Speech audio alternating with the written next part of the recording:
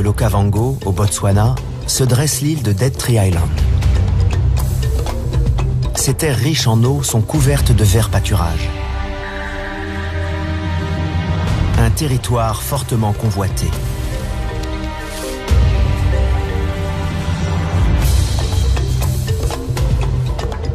Dans l'ombre, rôde le félin le plus secret d'Afrique.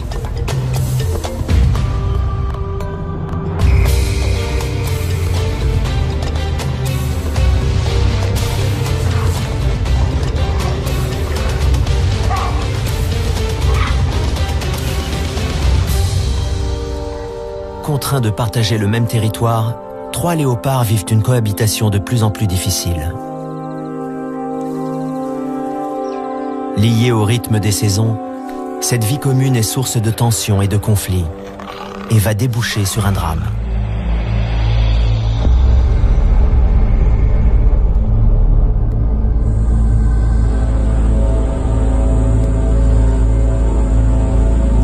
Le maître incontesté des lieux est le mâle dominant, Bouddha, un individu robuste de 5 ans, dans la fleur de l'âge. L'une de ses femelles entre et sort régulièrement de son territoire. Grimpeuse hors pair, elle escalade avec agilité les grands ébéniers et saucissonniers de Moremi. Elle porte le nom de Mosweo, pelage pâle.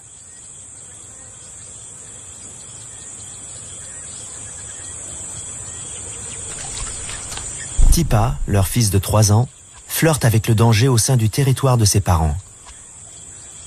Selon la loi des léopards, il aurait déjà dû partir pour mener sa propre vie, mais il n'a pas franchi le pas. Traîner dans les pattes de Bouddha et de Mosweo ne peut que lui attirer des ennuis, mais il semble ne pas mesurer les risques encourus.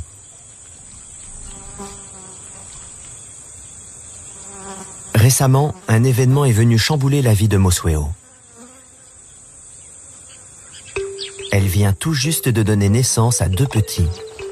Et Tipa représente une menace potentielle.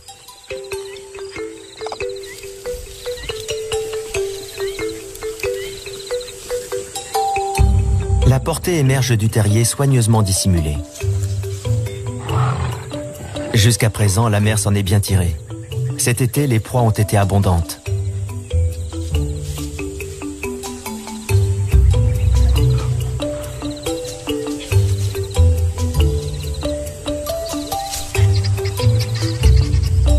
Le léopard est un animal solitaire, et Mosweo doit mobiliser tout son savoir-faire pour élever sa progéniture.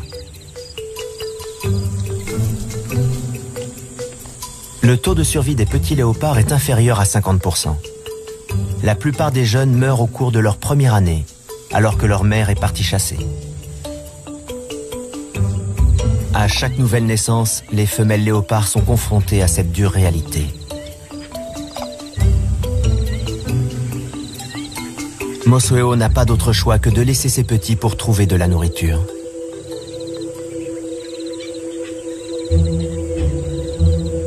Tipa est le seul survivant de sa précédente portée. C'est aujourd'hui un jeune adulte, mais il continue de traîner près du terrier et de fréquenter les chemins familiers de son territoire natal.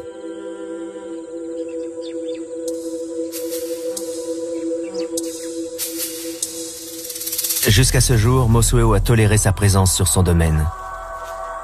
Mais l'heure est venue pour lui de partir.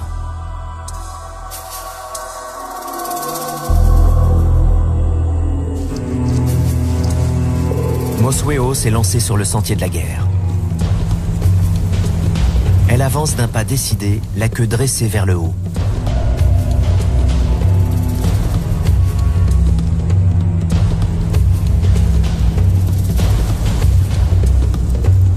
Il est temps de rompre définitivement les liens qui les unissent.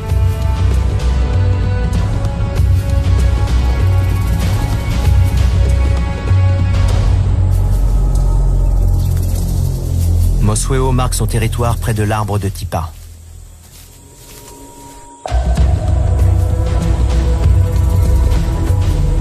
Elle affiche ouvertement son hostilité à l'égard de son fils.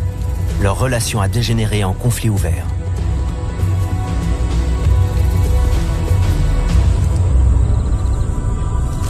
Tipa porte encore les blessures subies lors d'un précédent combat. Bien qu'il dépasse sa mère en taille, il reste relativement docile. Il finit par s'éloigner à contre-cœur, mais il continue imprudemment à rôder aux abords du territoire de sa mère.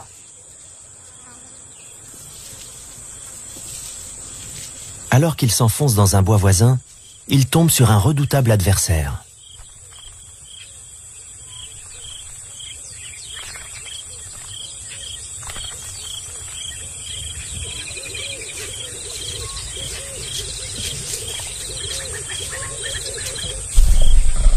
L'odeur des félins l'avertit du danger. Il doit se montrer prudent.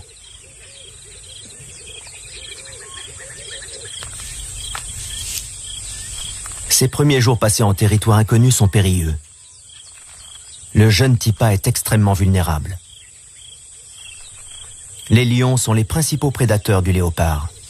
Non seulement ils tueraient un bébé, mais ils arracheraient un à un les membres de Tipa. Celui-ci doit les contourner sans un bruit. La menace qui pesait sur ses petits étant écartée, Mosweo peut désormais se concentrer sur son activité de prédilection, la chasse.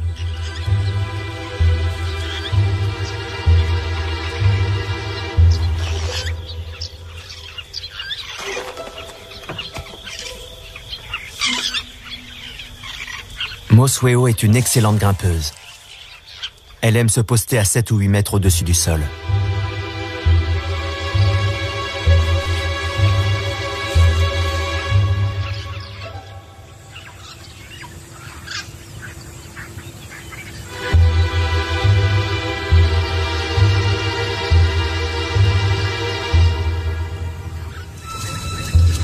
Le léopard est le seul félin qui exploite la gravité pour chasser. Mosweo est experte en la matière.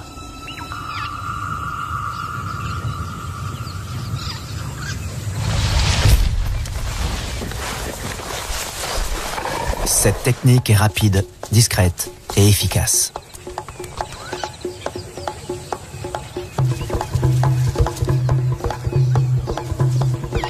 Mais les cris d'alarme de l'impala ont trahi la présence du prédateur dans la forêt.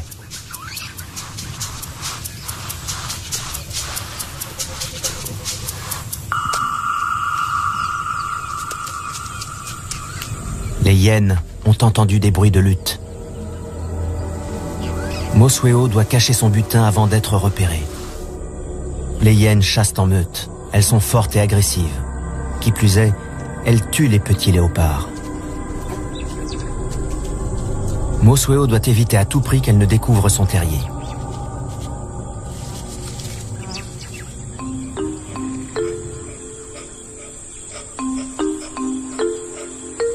Elle prend le risque d'aller chercher ses petits et de les conduire jusqu'à la proie, en empruntant les chemins secrets qu'elle connaît si bien.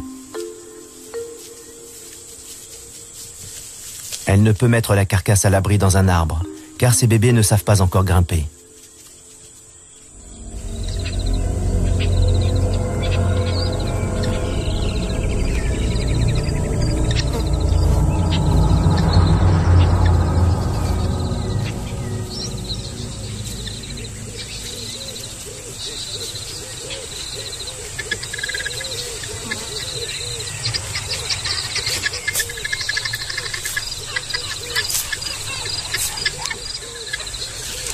Sur le sol, la petite famille est exposée au danger.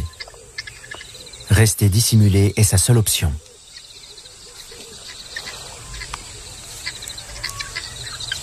Ici, le léopard est dans son élément. Camouflés dans les broussailles, les petits peuvent manger un moment sans être dérangés.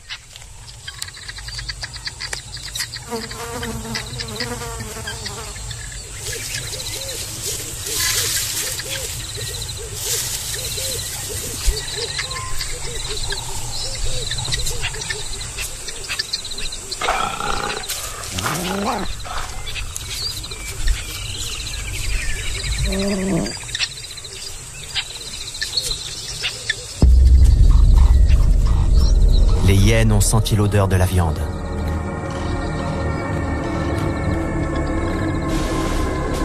Elles se rapprochent de leur proie. Mosuo doit agir rapidement et résolument.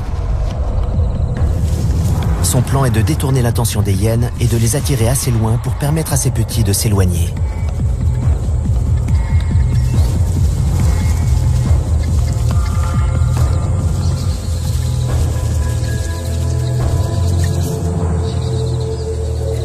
Les léopards oscillent sans cesse entre sécurité et danger. Et si les individus solitaires parviennent à un équilibre parfait, les mères doivent parfois consentir à des sacrifices, comme de laisser les hyènes s'emparer de leur butin.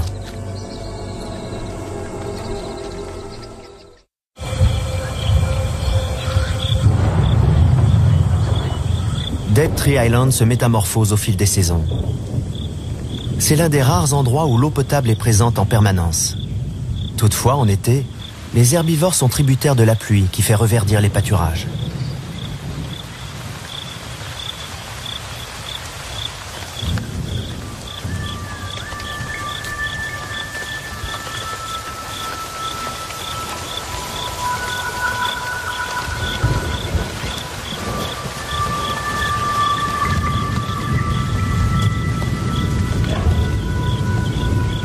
Les effets de ces précipitations se font sentir à travers tout le delta et au-delà.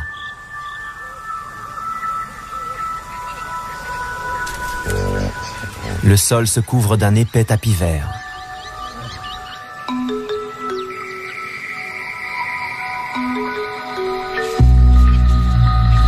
Les feuilles poussent, les bourgeons éclatent, l'herbe surgit.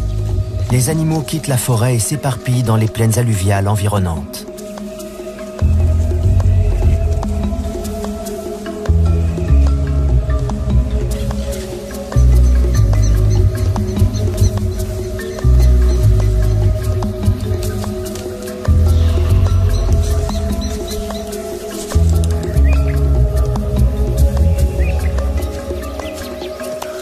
L'abondance d'eau et de nourriture amène la saison de mise bas chez l'impala, l'une des proies favorites du léopard.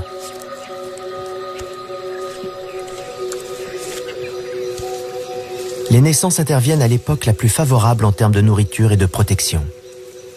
Les petits, leur mère et le troupeau subissent ainsi un stress moins important.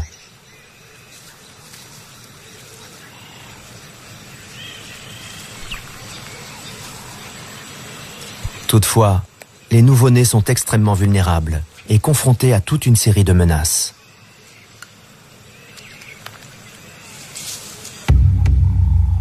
L'île abrite un autre chasseur expert, le python de Seba.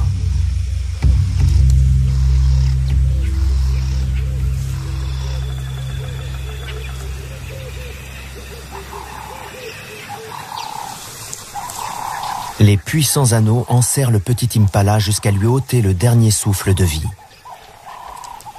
Puis le serpent gobe sa proie en ouvrant largement sa gueule grâce à l'articulation particulière de sa mâchoire.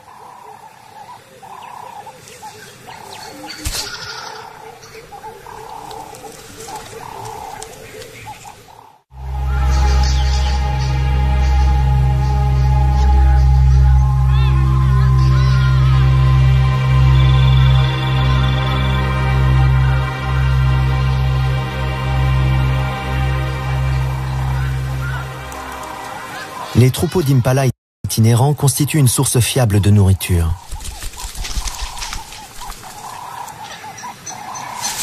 Au cours de la nuit, Mosuo a tué l'une des bêtes et a dissimulé la carcasse fraîche dans un fourré.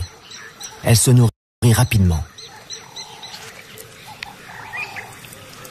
Pour partir chasser, elle a dû laisser ses petits seuls et sans défense. Elle doit les rejoindre au plus vite.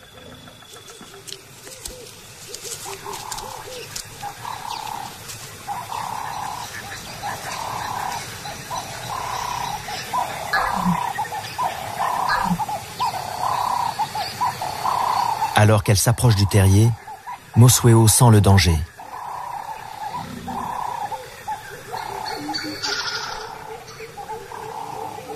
Les hyènes sont passées à l'attaque.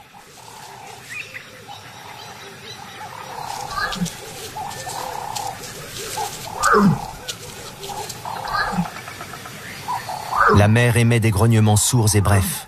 uniquement destiné à ses petits.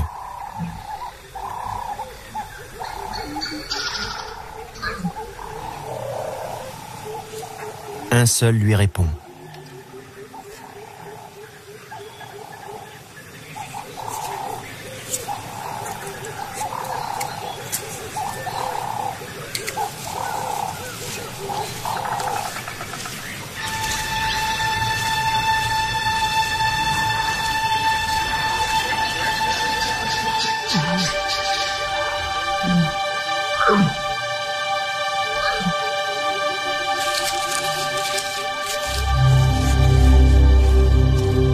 Le cauchemar de toutes les mères s'abat sur Mosueo.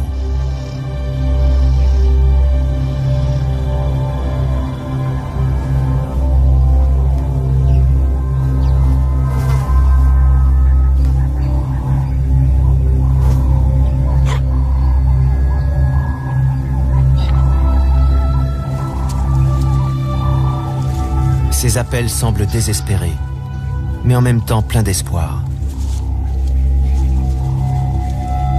Son autre petit, la chair de sa chair, lui a été enlevé en une seule nuit.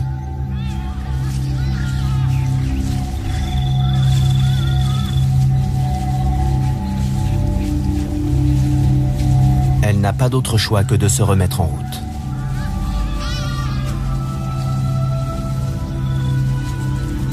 Dans la vie d'un léopard, on n'a guère le temps de pleurer les morts. La petite femelle qui a survécu est en pleine croissance et a besoin de viande.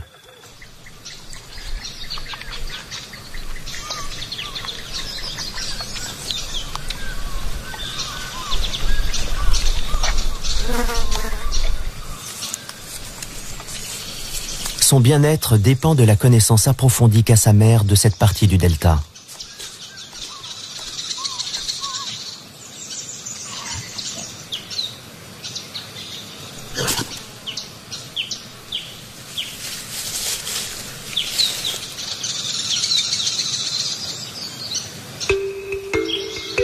La pluie a cessé, et dans toute l'île, la végétation commence à brunir.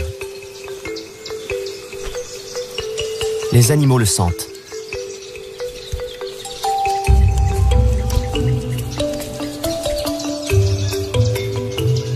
Les saisons déterminent les modèles de comportement. Chaque espèce réagit à sa manière.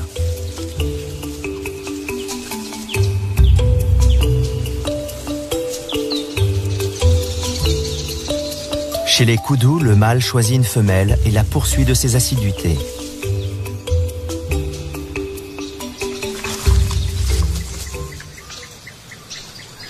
Tipa est embusqué dans les broussailles. Il s'est égaré et se retrouve sur son territoire d'origine. Tout à leurs amours, les koudous sont inconscients de la menace.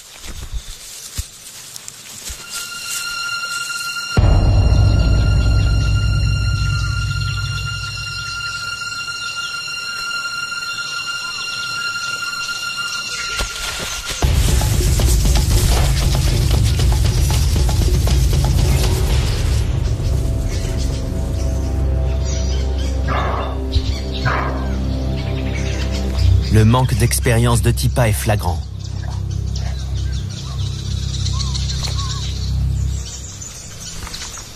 Peut-être est-il encore trop jeune pour réaliser qu'il ne devrait pas gaspiller son énergie à essayer d'atteindre l'inaccessible. Il ne fait pas le poids face à un animal de la taille d'un koudou.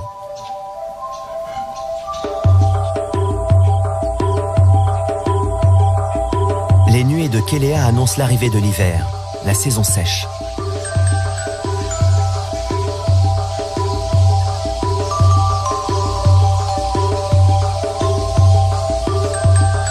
Attirés par la présence permanente de l'eau, de nombreux animaux gravitent autour de l'île.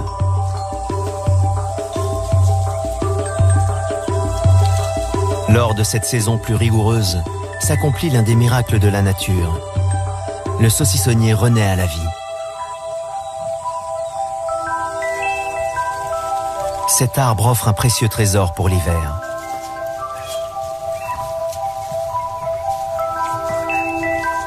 Des fleurs remplies de nectar. Un délice pour les babouins qui boivent à même le calice rouge cramoisi.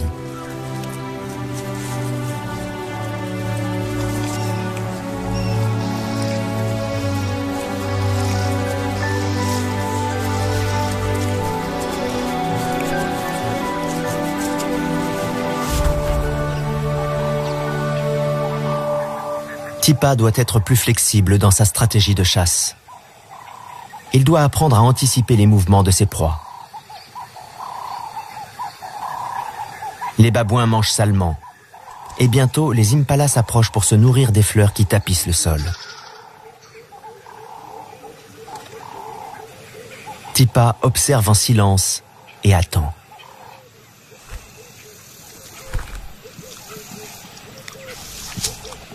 Il faut que l'impala s'approche.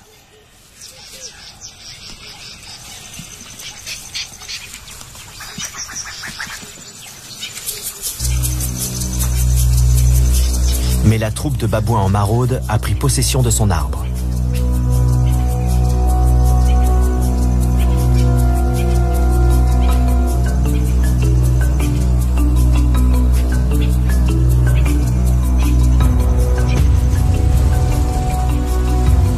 Tipa n'a pas la force de Bouddha, et les singes ne toléreront pas sa présence. S'ils l'attrapent, ils tenteront de le tuer.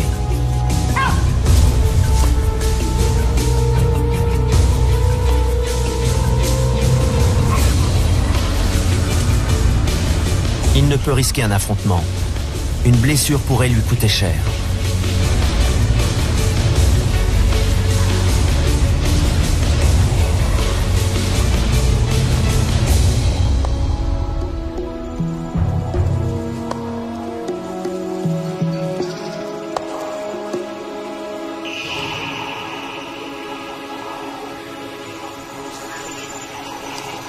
Posté à bonne distance, Mosweo observe la scène.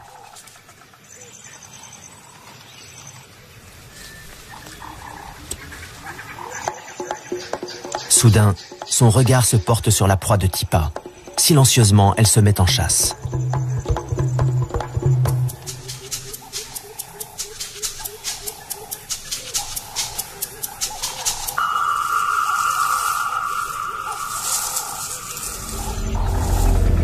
Elle choisit un arbre placé sur le parcours du troupeau, dans l'espoir que les fleurs attireront les impalas sous son poste de guet.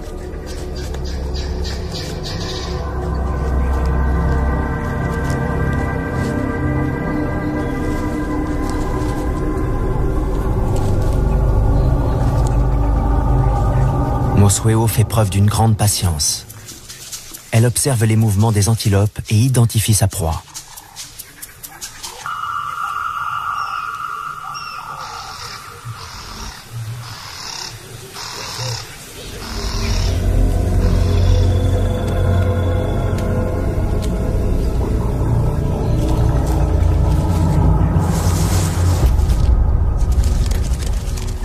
Mais cette fois, la voltigeuse a manqué sa cible.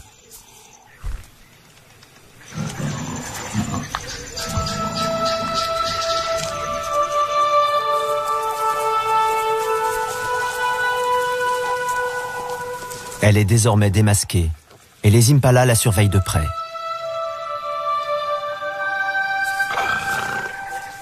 Sa contrariété est manifeste. Toute cette énergie gaspillée pour rien.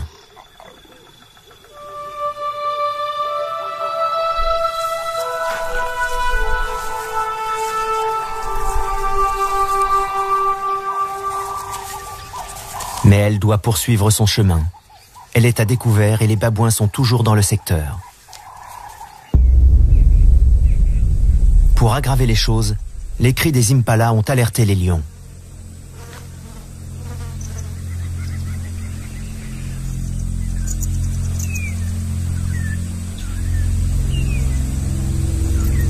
Mosweo doit jouer au chat et à la souris pour regagner son terrier, sans en dévoiler l'emplacement.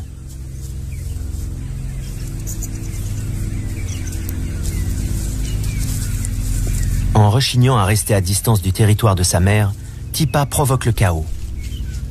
Ses tentatives maladroites pour chasser ont multiplié les pressions sur Mosweo.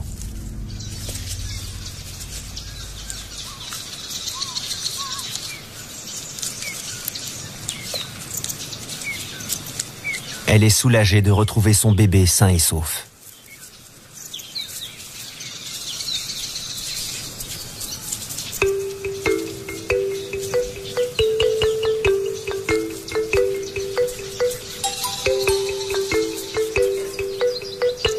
Elle décide de s'installer dans un nouveau terrier. Les lions étaient bien trop près à son goût.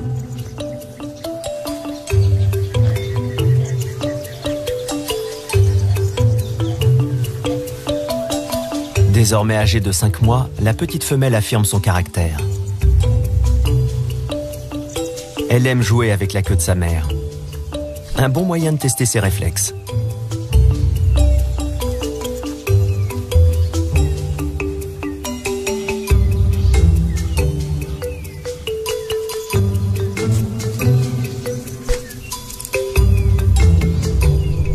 Dissimulée dans les herbes sèches, Mosueo se repose. Elle doit recouvrer ses forces avant de repartir chasser.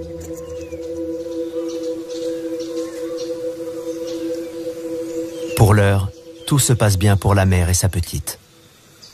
Elles sont en sécurité dans le nouveau terrier.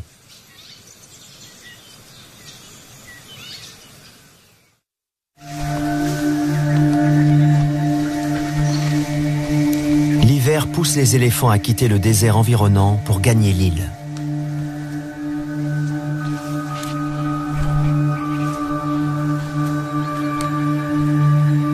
Les coqs de Lechwe s'y rassemblent également. L'eau est leur allié.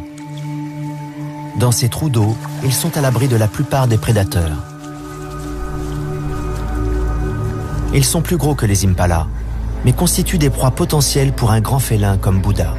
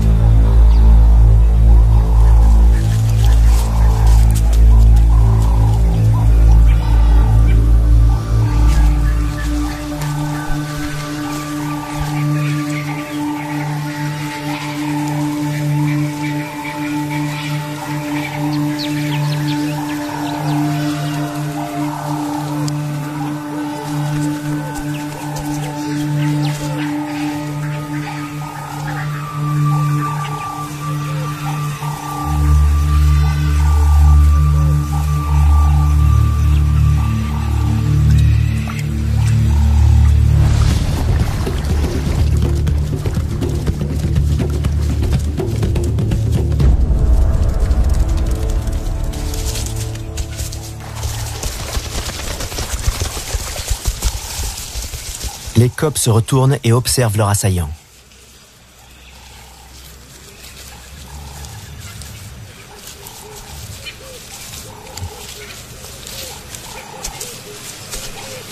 Ils identifient son odeur et la gravent dans leur mémoire pour pouvoir s'y référer par la suite, tout en s'assurant que Bouddha quitte bien le secteur.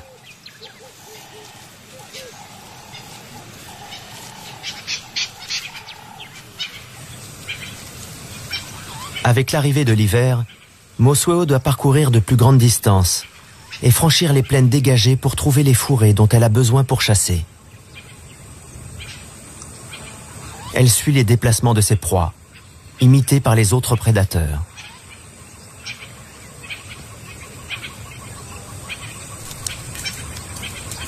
Pour un léopard, un changement de territoire est toujours risqué. Mais Mosueo a tout fait de trouver un arbre dans un secteur qui lui plaît. Depuis ce poste d'observation, elle peut voir les troupeaux d'éléphants affluant dans le delta pour se reproduire. C'est le mois d'octobre et la chaleur est intense.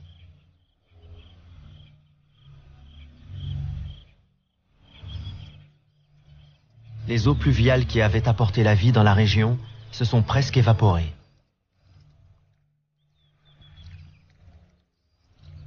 Dead Tree Island attire les habitants de l'Okavango, désireux de se rapprocher des derniers points d'eau.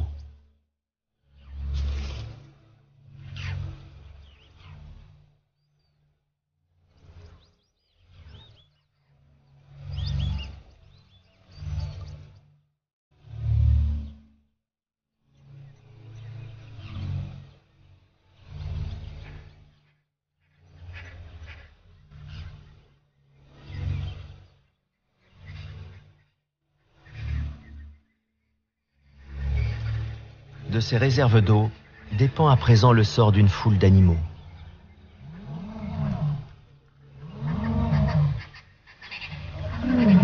Ils sont réunis en un seul groupe et les chemins des prédateurs se croisent dangereusement.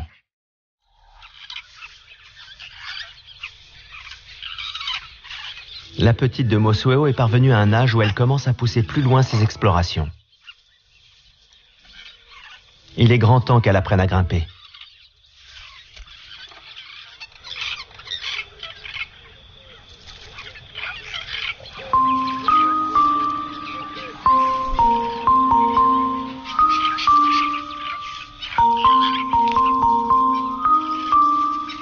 Un peu mal assurée, elle tente d'atteindre des cratéropes fléchés. Elle est petite et encore vulnérable, d'autant qu'elle est devenue curieuse et qu'elle est désormais capable de s'aventurer hors du terrier, en particulier lorsque sa mère n'est pas dans les parages.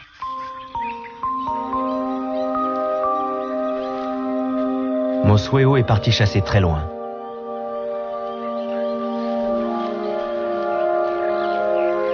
Elle ne vient pas souvent dans cette partie de l'île et laisse sa trace pour imposer sa présence.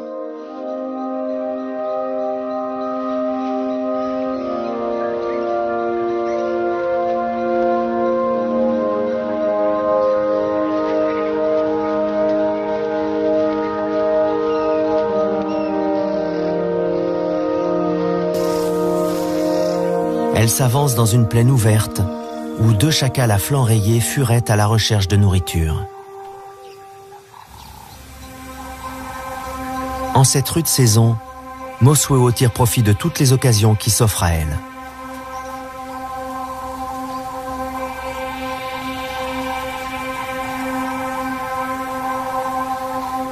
Bien qu'ils ne fassent pas partie de ses proies habituelles, les chacals sont rapidement pris pour cible.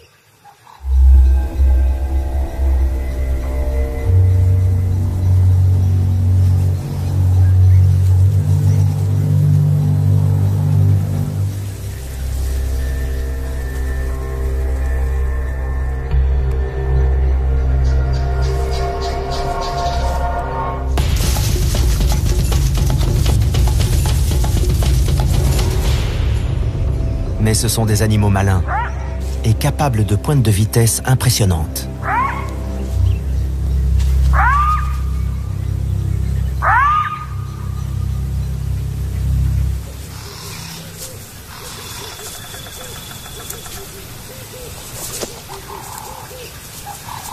Irrité par son échec, Mosueo laisse sa trace et reprend son chemin.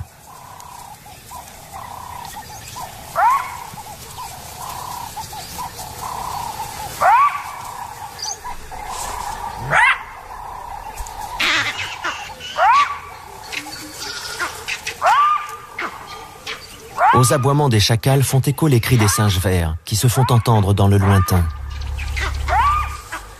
Ces cris d'alerte inquiètent Mosueo. Ils proviennent de la zone où se trouve le terrier.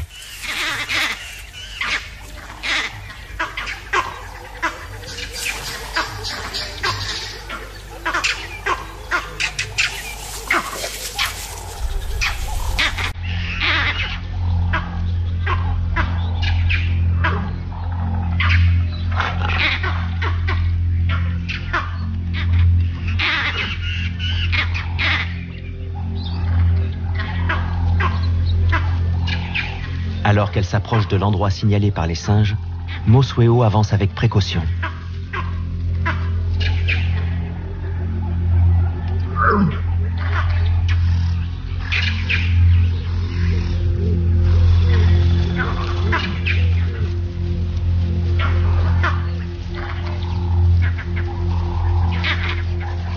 Elle se met à fouiller le secteur. C'est alors qu'elle découvre le drame.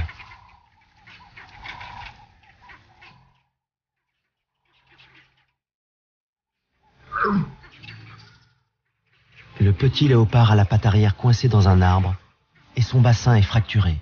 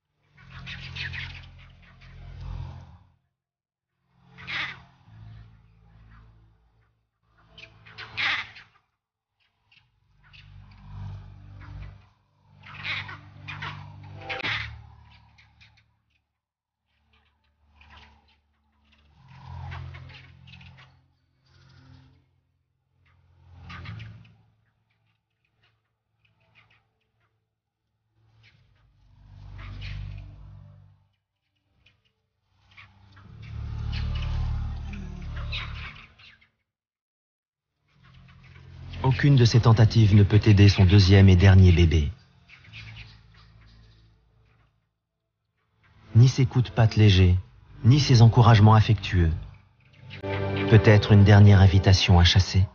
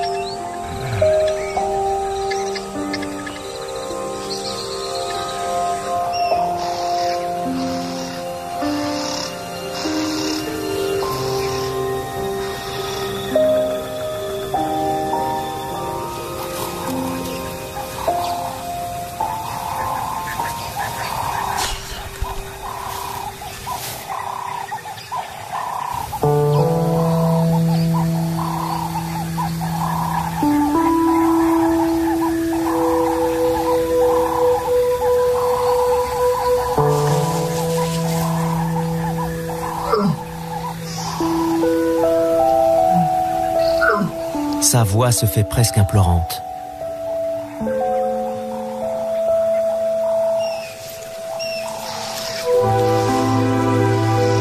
Une dernière tentative, et la patte du bébé est dégagée.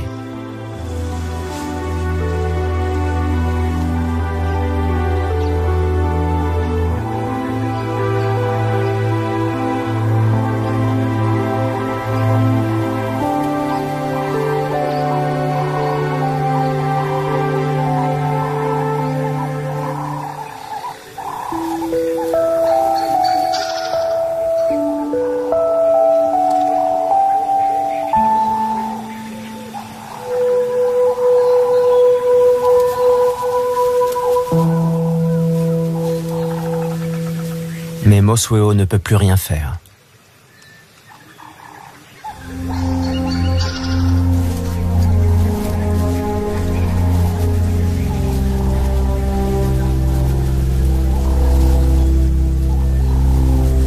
Mobilisant ses dernières forces, le petit léopard se traîne jusqu'à son dernier lieu de repos.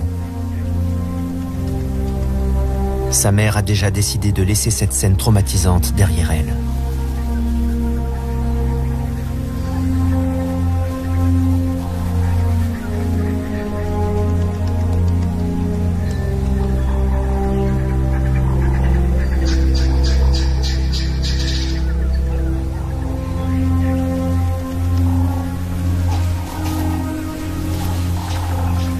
En se frottant contre un arbre, Mosweo semble vouloir effacer la douleur. Peut-être est-ce ainsi que les léopards pleurent leurs petits.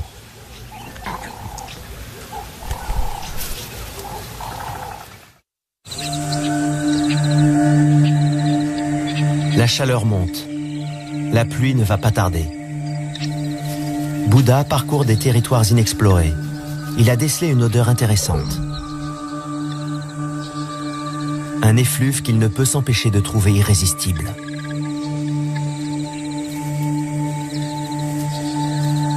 Une nouvelle femelle s'est introduite dans son domaine et son odeur titille ses narines.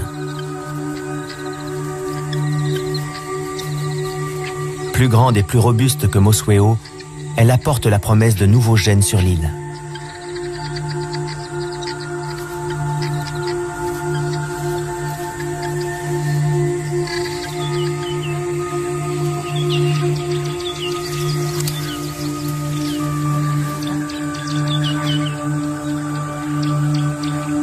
Resté à distance, Mosweo observe la nouvelle venue avec inquiétude. Bouddha ressent le besoin incontrôlable de se rouler sur le sol pour s'imprégner de l'odeur de la nouvelle femelle. Car cette odeur si particulière est celle d'une femelle en chaleur.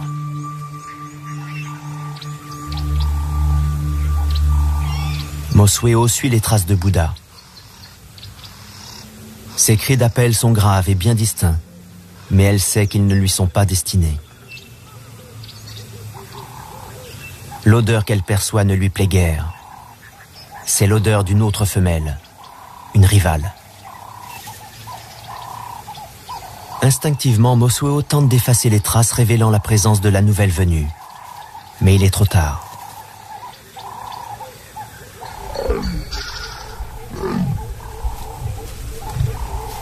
À son tour, Bouddha émet un signal à l'attention de sa future partenaire.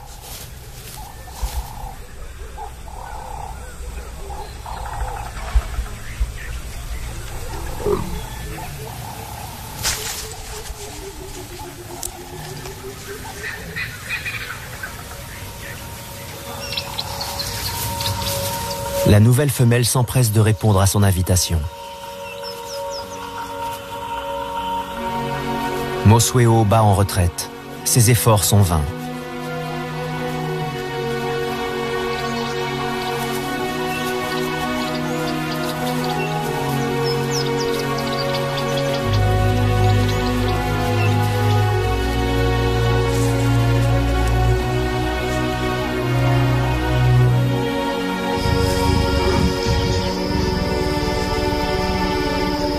Sa rivale a trouvé Bouddha. Elle entre en contact avec lui.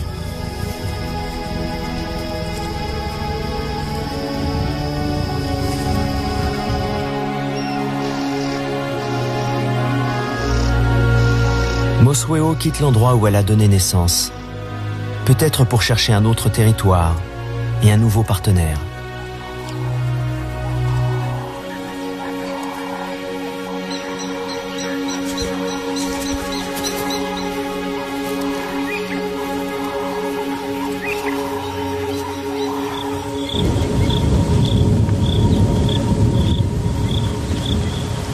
L'hiver et la sécheresse s'achèvent enfin.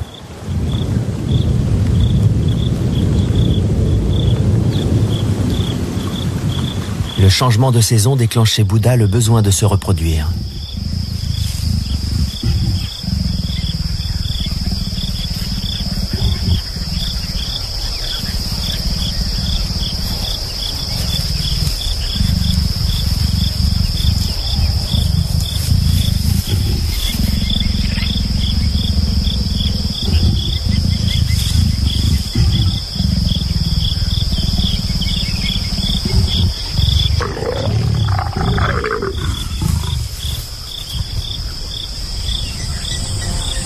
Une nouvelle ère débute pour les léopards de Dead Tree Island. Les deux partenaires vont s'accoupler pendant plusieurs jours, jusqu'à ce que la femelle soit fécondée.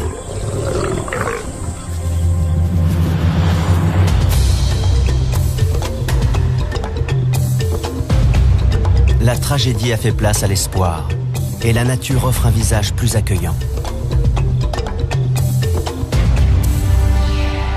Bouddha est satisfait du travail accompli. À l'aube d'une nouvelle saison fructueuse, l'héritage des léopards de Dead Tree Island a été préservé.